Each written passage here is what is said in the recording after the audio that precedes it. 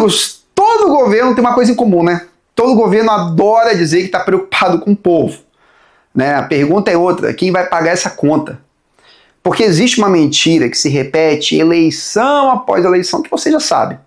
A ideia de que basta o governo gastar mais para melhorar a vida das pessoas. Parece bonito no discurso. O político anuncia programas, cria benefício, aumenta a despesa e se apresenta como alguém preocupado com os mais pobres. Só existe um detalhe que quase nunca aparece na propaganda. O governo não produz riqueza. Ele gasta a riqueza produzida por outra pessoa. E quando começa a gastar mais do que arrecada, alguém inevitavelmente terá de pagar a diferença. Não existe milagre, não existe dinheiro infinito, existe apenas uma conta que foi empurrada para o futuro. É exatamente isso que estamos vendo acontecer no Brasil. O governo continua arrecadando mais impostos, mas as despesas crescem ainda mais rápido. Ou seja, o problema não é falta de arrecadação, o problema é que o Estado simplesmente se recusa a colocar limites sobre si mesmo. Quanto mais entra dinheiro, mais ele encontra novas maneiras de gastar. É como uma família que recebe um aumento de salário e, em vez de organizar as contas, decide comprar um carro mais caro, trocar de casa, aumentar todas as despesas e ainda fazer empréstimos.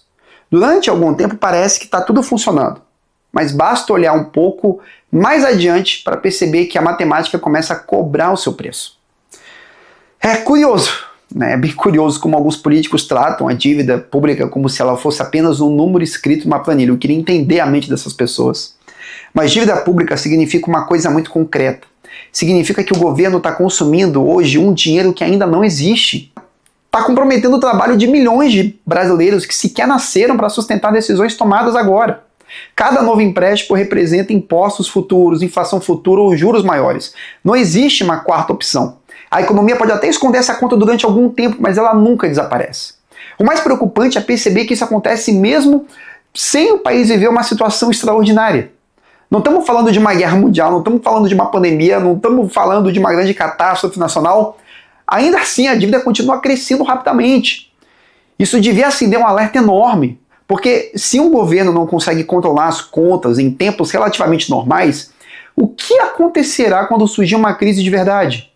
Um Estado que gasta tudo o que tem nos momentos tranquilos entra completamente despreparado quando chegam os momentos difíceis. Muita gente acredita que esse é um debate apenas para economistas. Não é. Isso afeta diretamente a vida de qualquer trabalhador. Quando o mercado percebe que o governo perdeu o controle das contas, começa a exigir juros cada vez maiores para emprestar dinheiro ao próprio Estado. E juros maiores significam um crédito mais caro, financiamento mais caro, investimento menor, crescimento econômico mais lento e menos oportunidades de emprego. No fim das contas, quem paga pela irresponsabilidade fiscal nunca é o ministro da Fazenda, nunca é o presidente da República. É o cidadão comum que vê o dinheiro render menos e o custo de vida aumentar. Existe outro detalhe que costuma passar despercebido. O governo insiste em apresentar o aumento da arrecadação como uma grande conquista, mas arrecadar mais não significa administrar melhor. Se a cada real novo que entra, R$2 novos são gastos. O problema continua exatamente o mesmo. Uma pessoa não resolve o descontrole financeiro apenas fazendo horas extras. Ela resolve quando aprende a controlar as despesas.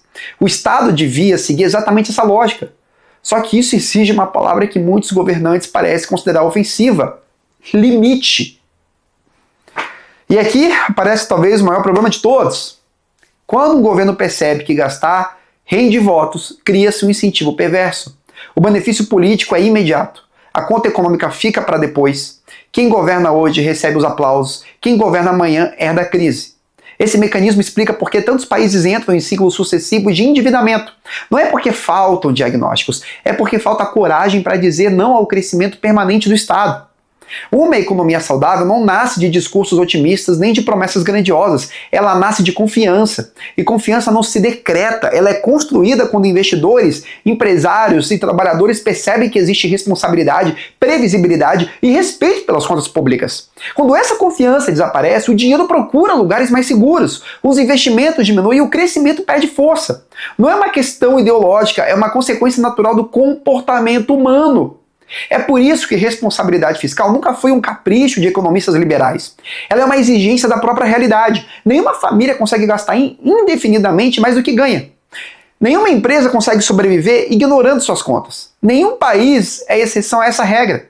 Quanto mais cedo entendermos isso, menores serão os custos. Quanto mais tempo fingimos que o problema não existe, mais será a conta quando ela finalmente chegar. E infelizmente a história mostra que ela sempre chega. E daqui a pouco vai chegar no Brasil.